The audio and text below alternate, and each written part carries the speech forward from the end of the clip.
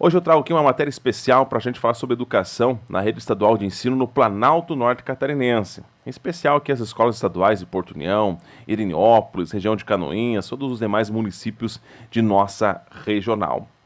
A entrevista é justamente com o coordenador regional de educação, Etiel Jacomel, falando sobre a educação em meio à pandemia, como o estado de Santa Catarina, em especial a nossa regional de Porto União, está lidando com essa questão da pandemia e de que forma os alunos estão tendo suas aulas, é claro, a maioria em ambiente virtual. Mas é a situação daqueles que não têm acesso à internet. Tudo isso você acompanha nessa entrevista com Etiel Jacomel. Muito bom dia, Thiago. Bom dia, ouvintes da Jovem Pan. É uma satisfação muito grande poder estar aqui conversando com vocês. Eu me sinto muito à vontade aqui nas Gêmeas do Iguaçu, até porque passei a maior parte da minha infância e da minha juventude aqui em Porto União. Eu sou aluno aí das escolas da cidade de Porto União e fico muito feliz de estar aqui hoje. Tenho grandes amigos aqui em Porto União e União da Vitória. Relacionado à nossa educação, nós estamos, como o amigo mesmo falou, nós temos um ano atípico na educação. 2020 realmente a educação no estado teve que se reinventar e nós fomos buscar então os recursos necessários para isso. O estado de Santa Catarina tinha uma previsão de colocar a tecnologia de uma forma mais incisiva dentro da educação, porém era um projeto para 2 anos e nós tivemos que fazer isso em torno de 2 ou 3 semanas no início da pandemia. Então, colocamos essa situação para os nossos professores, colocamos o professor como protagonista desse momento e ele entendeu isso e respondeu para a Secretaria de Educação. O resultado é esse que nós temos aí, uma porcentagem muito grande de alunos que estão sendo atendidos, mas evidentemente nós gostaríamos de poder atender os 100%. E isso é o nosso trabalho nesse momento agora. A busca desse aluno que ainda não conseguimos atingir na plenitude. Bom, e como vem sendo desenvolvidas essas ferramentas, essas plataformas online aqui no Planalto Norte Catarinense? Até porque a gente sabe que os nossos municípios, principalmente mais aqui da região do interior, temos muitos alunos que acabam morando realmente em zonas rurais, onde não se há esse acesso tão fácil à internet. Muitos têm que vir até outro ponto, se deslocar de suas casas.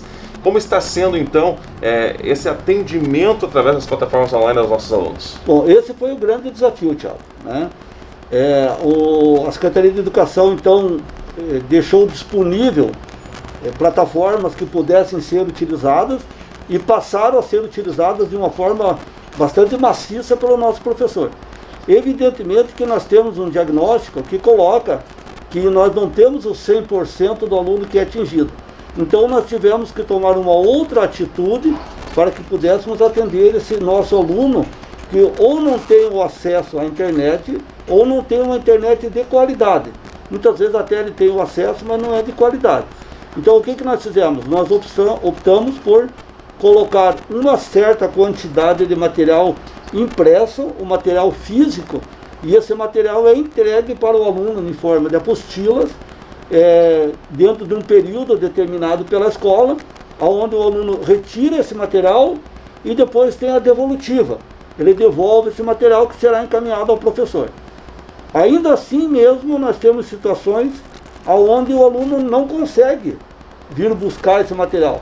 E o que nós, enquanto escola, fazemos? Nós vamos levar esse material. Nós levamos na residência do aluno ou na comunidade que o aluno reside. Então nós fazemos esse trabalho. Aliado a toda essa situação da educação, soma-se a questão do kit de alimentação, porque nós temos algumas situações onde o aluno recebe o alimento na escola e não é segredo para ninguém que muitas vezes aquela é a única refeição diária. Então nós temos esse compromisso. O que o nosso professor, o que o nosso gestor escolar fez? Ele acabou criando também uma expertise para fazer esse trabalho. Então hoje, quando nós nos deslocamos para fazer a entrega do material, em determinados períodos nós também levamos o kit de alimentação para ser entregue nas casas. Aquela alimentação que seria servida na escola, ela é entregue na residência agora, ou o aluno vem pegar na escola, para que possa suprir essa necessidade nesse momento difícil. Até porque, né, Theo, é um ciclo, né, que boa parte dessa alimentação, ela vem do homem do campo, né, e muitos acabam produzindo literalmente aí para vender a sua produção ao Estado, porque é garantia de recebimento, né, o Estado sempre pagando em dia essas questões, e não poderia, né, como parar, porque ele estaria prejudicando também o trabalhador rural. Né? Exatamente, e veja bem, Tiago, você mesmo comentou sobre essa engrenagem, né, ela não pode parar. Existe todo um sistema montado e a Secretaria de Educação tem que se preocupar com isso. Então, se você deixa de adquirir esse produto, você vai quebrar essa corrente, né? A agricultura familiar, por exemplo, que entrega muito isso. Além disso, também as empresas que tinham contrato com o Estado, eles também continuam entregando. Mas a nossa preocupação, ela vai além disso. Ela vai lá no aluno. Naquele aluno que realmente tem essa necessidade de receber esse kit de alimentação que vai suprir muito a falta que ele possa estar tendo em casa. Principalmente nesse momento de renda, queda da renda, desemprego. Então uma preocupação muito grande da Secretaria de Educação é não deixar o nosso aluno desassistido. E é esse o trabalho que nós estamos fazendo. Além da parte da educação, também a questão da alimentação que nós estamos procurando atender essa deficiência que acabou sendo gerada com o trabalho não presencial. Bom, e como vem sendo desenvolvido o trabalho voltado ao profissional de sala de aula, ao professor? Né? Cada professor tem aí a sua carga horária semanal, né, na aula presencial, mas quando vai para o ambiente virtual, acaba se literalmente modificando. Afinal, o professor também tem família, tem seus filhos para cuidar, a sua casa. E a gente sabe que a realidade também de muitos pais acabam trabalhando o dia todo, muitas vezes não consegue aí tirar suas dúvidas, né, obter alguma informação com o professor e acabam fazendo isso após o chamado horário comercial, no período da noite. Como vem sendo tratada a questão do professor, já que na sala de aula teria uma carga horária X para fazer suas atividades, ministrar suas aulas. E agora, nesse outro ambiente, como está sendo o entendimento junto ao profissional da educação? Muito bem, Tiago, veja bem. Quando eu coloco que o professor ele é o protagonista dessa situação, ele é mesmo. Porque ele se dispôs, ele abriu o seu espaço, abriu a sua casa. Hoje o telefone, o WhatsApp do nosso professor, ele se tornou público, porque ele tem nos grupos os seus alunos. Então, me entristece muito quando eu ouço algum comentário que vem colocando, olha, o professor está em casa sem fazer nada, está recebendo. Não, muito pelo contrário. Eu sou testemunha disso, que eu tenho acompanhado muito o trabalho do nosso professor. Ele não tem mais horário para trabalhar. Aquele professor que tinha uma carga horária, ele trabalhava todas as manhãs. Hoje ele trabalha de manhã, de tarde, à noite, é sábado, é domingo. A carga horária dele é muito grande. Por quê? O que acontece, Tiago? Veja bem. O professor de séries iniciais, por exemplo, ele tem a turma dele pela manhã, no período matutino, porém os pais daquela criança trabalham o dia todo. Aí o pai chega em casa, ou a mãe chega em casa após as 18 horas, vai auxiliar o seu filho nas tarefas escolares, vai se amparar em quem? No professor. O que ele vai fazer? Ele vai entrar em contato com o professor. E o professor vai atendê-lo. Então, eu tenho colegas que trabalham à noite atendendo os pais dos alunos.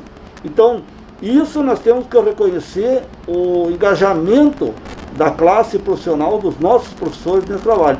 Eu sou muito grato mesmo, eu tenho muita confiança nessa equipe e coloco todos os dias isso. Se nós não tivéssemos uma equipe formada com profissionais dedicados, nós não teríamos o resultado que nós temos hoje, alcançando aí um grande número de alunos realmente não brincando de fazer educação, fazendo uma educação séria num momento difícil que o nosso país passa hoje. Então, em sala de aula a gente tem aqueles alunos, claro, que absorvem com mais facilidade os conteúdos, aqueles que têm uma certa dificuldade um pouco a mais, precisam de uma assistência ali do profissional de educação. Em casa, muitas vezes, o pai não tem, né, esta mesma mãe do professor, ou até, de repente, um aluno que hoje, vamos citar um exemplo, está no 8º ano, o pai muitas vezes cursou até a 4ª série, né, não tem mínimo conhecimento sobre aquela matéria que está sendo ali lecionada. Como que o Estado já pensa em tratar esses assuntos quando voltar às aulas? Principalmente a partir do ano que vem. Muita gente acha, meu filho vai repetir o ano, no próximo ano serão 2 em 1. O Estado já pensa de que forma vai, entre aspas, né, recapitular esses conteúdos? Muito bem. foi criado um grupo de trabalho, montou diretrizes para o possível retorno no período presencial. Então, o que está acontecendo? De tempos em tempos, o governo faz a avaliação, a Secretaria de Educação faz a avaliação junto com a Secretaria de Saúde, que é a autoridade hoje no Estado que define essas situações, e reprograma a possibilidade do início das aulas. Tínhamos agosto, setembro, agora outubro, né? 12 de outubro até 12 de outubro estão suspensas. Muito bem, esse é o primeiro passo. O que acontece? Se e quando voltarem as aulas presenciais, nós tivermos condições de saúde, nós teremos um trabalho intenso em cima daquele aluno que não foi atingido no 100%. Mas vamos supor aqui, vamos fazer uma colocação que se nós voltarmos somente no início do ano que vem, a Secretaria de Educação já tem toda uma estratégia para que nós possamos fazer com que esse aluno que não conseguiu se apoderar do conhecimento pleno durante esse ano, ele tenha uma oportunidade no ano que vem. Existem algumas fórmulas sendo estudadas, eu posso até colocar um exemplo aqui. Nós poderíamos ter escolas núcleos, onde essas escolas ofereceriam no contraturno um reforço escolar dentro daquela matéria ou dentro daquele conteúdo que o aluno não se apoderou. Essa é uma forma simples de colocar, essa é uma das ideias, né? Então vamos supor, em Porto União, pegaríamos lá o Cid Gonzaga como exemplo. Durante a tarde nós teríamos lá aulas de matemática para aquele aluno que tem dificuldade e que não conseguiu se apoderar daquele conhecimento. No outro dia nós teríamos aula de geografia ou de história, tudo dentro de um planejamento, né? Lógico que isso vai emanar uma contratação maior de profissionais, haverá essa necessidade. Também a disposição de espaço, né? Nós teremos que ver se a escola que a gente vai escolher terá o espaço disponível no contraturno. E então é um planejamento muito grande, mas uma coisa de cada vez, com certeza a Secretaria está fazendo. Houve uma preocupação muito grande, Thiago, quando foi lançado essa diretriz do retorno às aulas. Inclusive uma campanha na internet, olha, meu filho não volta. Não é esse o objetivo. O objetivo é planejar para não ser surpreendido. Se nós tivermos condições de voltar em outubro, nós temos que estar pronto. A escola tem que ter a estrutura para voltar. Ah, mas não vai voltar em outubro? Tudo bem, a estrutura está pronta. Assim também será para o próximo ano. Quando nós retornarmos, nós temos que ter um planejamento, tudo pronto, montado, para receber o aluno em condições de recuperar aquele conteúdo que porventura ele não tenha se apossado no ano anterior devido a essa condição que nós estamos passando. Até para a gente acalmar os seus pais, não se retornam às aulas sem uma segurança sanitária, né, que realmente dê essa segurança até aos próprios pais, aos próprios alunos, que muito se fala, mas a maior probabilidade, principalmente nos casos mais graves da questão Covid, não é o adolescente, né, mas ele poderia estar adquirindo, levando aí para o seu ambiente ali para sua família, onde tem muitas vezes muitos moram com avós, essas pessoas mais propensas a casos graves, até óbitos de Covid. Então, não se retorna às aulas sem essa segurança sanitária, né, que a situação está controlada.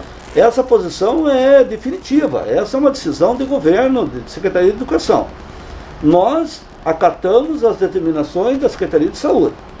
Enquanto nós não tivermos condições de dar segurança para o nosso aluno e para o nosso profissional, para o nosso professor, para o nosso servidor, nós não vamos retornar. Não existe a necessidade de se atropelar uma situação simplesmente porque, vamos voltar, vamos voltar. Lógico que nós temos vertentes nessa discussão, onde alguns pais, algumas famílias já entendem a necessidade de que se retorne, tendo em vista as dificuldades da própria família, de ter com quem deixar os filhos, do trabalho, dessa assistência, ou até a preocupação que o pai tenha que o filho não está conseguindo ter um aproveitamento suficiente. Mas nós, enquanto Secretaria de Educação, apenas com o aval da Secretaria de Saúde. Fora isso, não se retorna. Os pais podem ficar muito tranquilos que existe um grau de responsabilidade extremo nessa condição.